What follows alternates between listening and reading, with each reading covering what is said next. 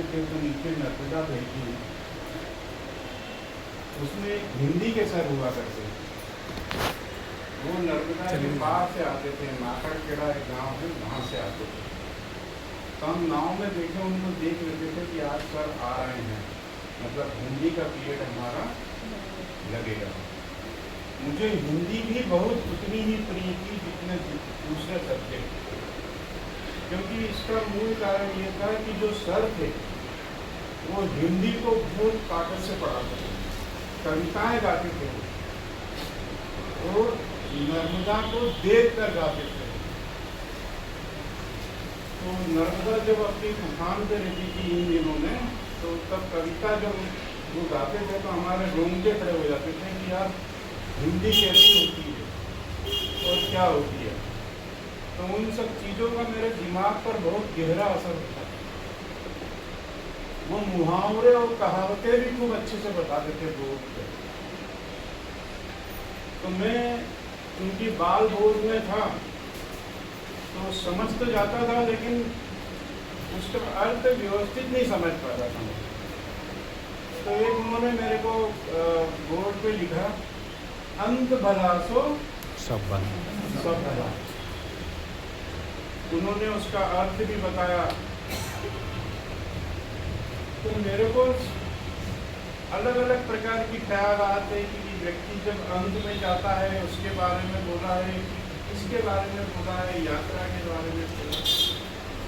क्योंकि वो सर बहुत अच्छे थे तो बातचीत भी सबसे करते थे, पूछते थे क्या दिक्कत है तो अपन हाथ उठाओ तो वो बताते थे।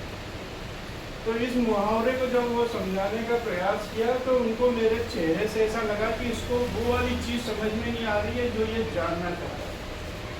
तो उन्होंने बोला, दीपक कुछ मुहावरे ऐसे होते हैं जो जिंदगी से रिलेटेड होते हैं और तुम्हारी जिंदगी में ये मुहावरे तुमको याद आएंगे कि वो अब सार्थक हो रहे हैं। कि इस मुहावरे का अर्थ ये था, 1000 पन्नों को मुहावरा बनाने वाले ने 2 लाइन में लिख के छोड़ दिया। तो वही मुहावरे की बात कर रहा था, अंत भला सो सब भला। उसका एहसास मुझे सेवानिवृत्ति के अंतिम दिन हुआ।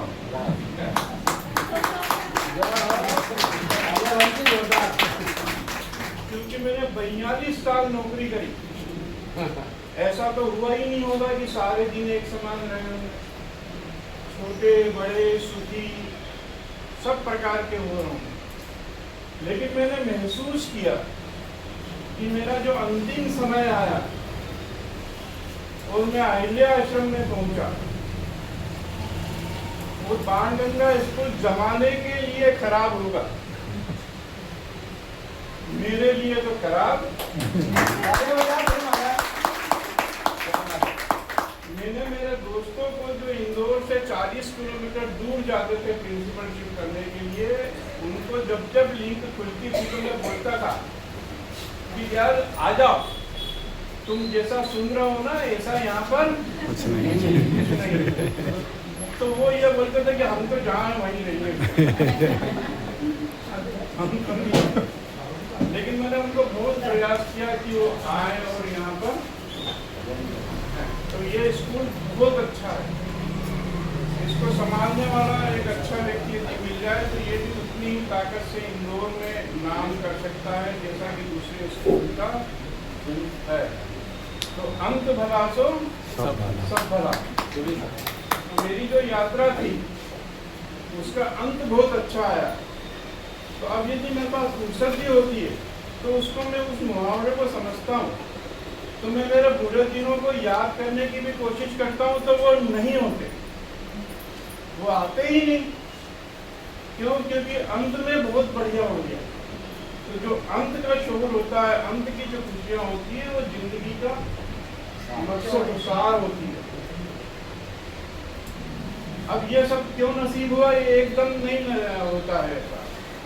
आप जो नए नए हैं वो भी आप अच्छे से सुनो, ध्यान दो। आप यदि क्लासरूम में मेहनत करोगे तो आप पाओगे कि आपका बेटा या बेटी के नंबर अपने आप बढ़ने लगेंगे। उनकी उपलब्धियां 4 चांद लगाने लगेगी आप, जबकि आप उसको नहीं पढ़ा रहे, लेकिन वो ईश्वर वहां पे ट्रांसफर करता है, होता है, आपको मौका देता है सारी।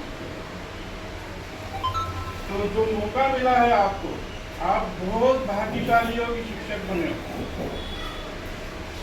आपको तो ये मौका मिला है, ईश्वर का सबसे बड़ा विश्वास है आपके ऊपर कि आप एक दुनिया को बढ़ो, एक अच्छी चीज़ों को बढ़ो। और अमीर के बच्चों को तो सभी पढ़ा देते हैं, और उनको पढ़ा भी लिया तो आधे पढ़ के ही आते हैं, तो कौन सी बड़ी बात है। आप तो कमजोर को बना के बताओ, उनकी जिंदगी को बदल के बताओ। मैंने स्टेनोग्राफी पढ़ाई है, जब मैं पढ़ाता था तो मेरे पास में इतने कमजोर बच्चे घर के आते थे कि उनको पास में आवेदन करने के लिए पोस्टल ऑर्डर के भी पैसे नहीं देते। आवेदन कैसे करना है ये भी नहीं मालूम होता, तो मैंने उनके सर्टिफिकेट अपने घर पे रख लिए। मैं खुद ही उनकी सर्टिफिकेटों की फोटोकॉपी करवा के अपने पास रखता, और मैं ही खुद उनके तरफ से आवेदन।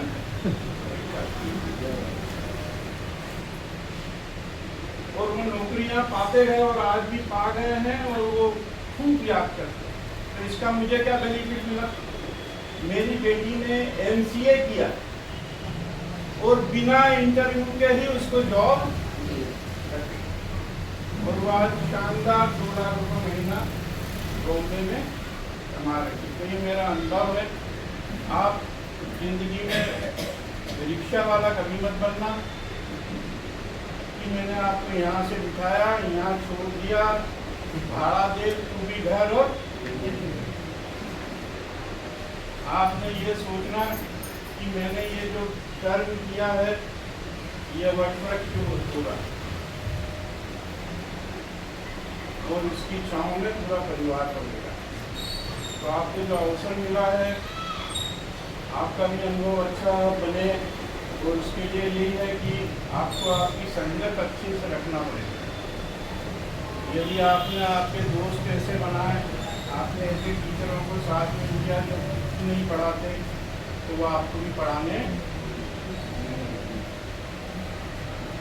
तो आप ऐसे अच्छे लोगों के साथ में बैठो और हर काम को करने का प्रयास करो। ये मेरा नहीं, ये तेरा नहीं, ये कंप्यूटर तो है ना, वो क्यों, वही क्यों चलाता है, उनको भी आना चाहिए कंप्यूटर।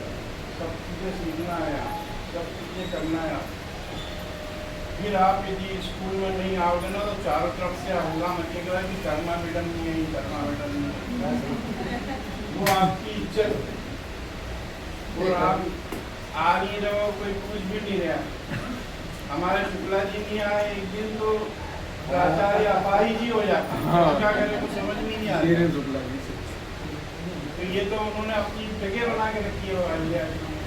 तो इन सब चीज़ों से सीखो, और आपने जो मेरा स्वागत किया, सम्मान किया, उसके लिए बहुत बहुत धन्यवाद। आपका जीवन सकुशल अच्छा ही होगा।